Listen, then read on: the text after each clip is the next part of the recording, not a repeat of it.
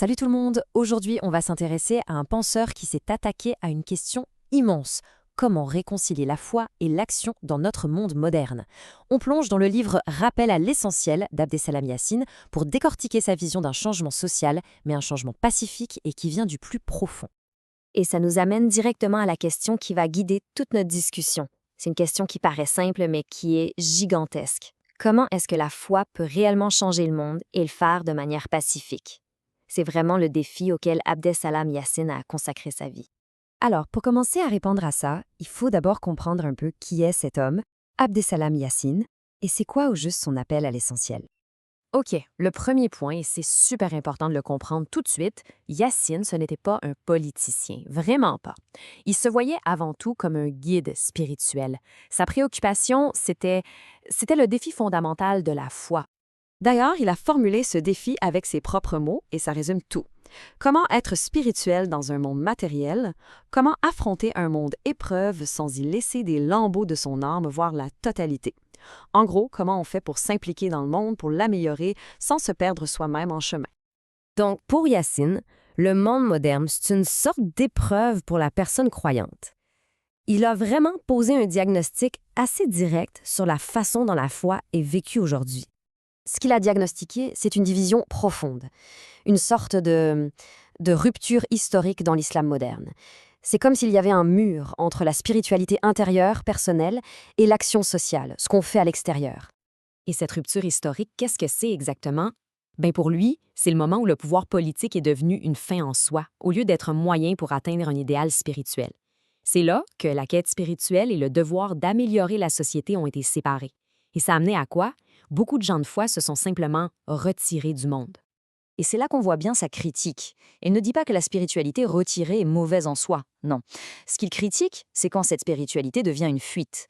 D'un côté, on a une spiritualité qui fuit la société pour se concentrer sur soi, qui devient presque ésotérique.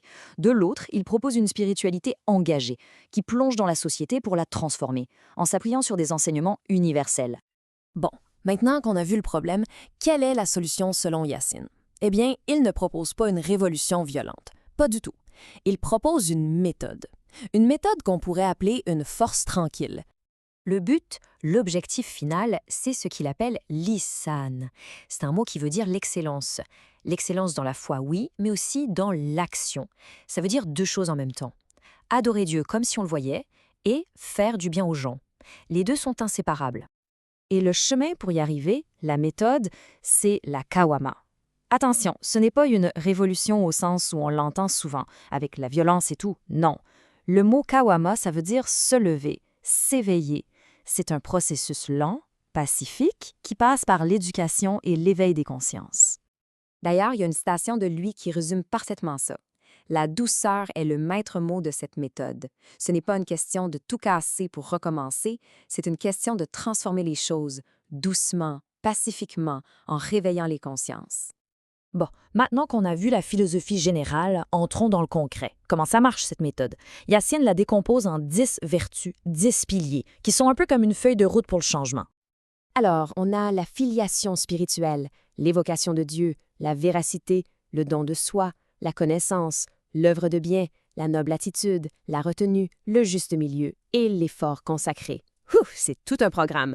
On ne pourra pas toutes les détailler, mais regardons en quelques-unes pour voir comment ça s'articule. Prenons une vertu intérieure, par exemple, le dhikr, l'évocation continue de Dieu. C'est pas juste une prière de temps en temps, c'est un peu comme le moteur interne. C'est ce qui assure que chaque action, même la plus simple, est faite avec une conscience du divin.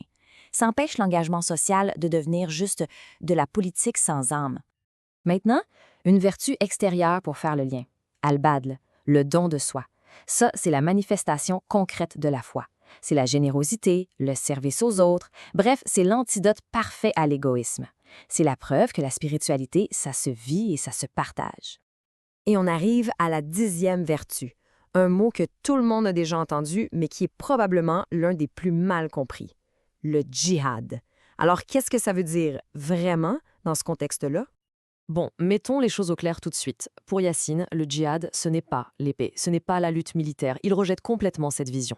Pour lui, le djihad, c'est d'abord et avant tout un projet constructif. C'est une lutte contre la paresse intellectuelle, contre l'injustice sociale. C'est un acte de construction. et sa propre définition est très parlante. Il dit que c'est un projet pour édifier une génération, une mentalité, une foi, un mode de vie, des conditions de vie. On voit bien ici, le but, c'est de bâtir, pas de détruire. C'est un effort positif, sur le long terme. OK, on a vu la grande vision, les piliers, les concepts, mais au quotidien, ça donne quoi? Comment est-ce que cette spiritualité s'incarne dans la vie de tous les jours? Eh bien, Yassine propose un programme quotidien très concret. C'est pas juste des idées en l'air. On parle de se lever avant l'aube pour prier, de lire le Coran, de faire des invocations, mais aussi, et ça c'est fondamental, de gérer son temps comme un budget. Il dit même que pour un étudiant, le djihad de l'heure, son effort le plus important, c'est de réussir ses études. C'est de combiner la spiritualité avec des actions de charité et l'excellence dans ce qu'on fait.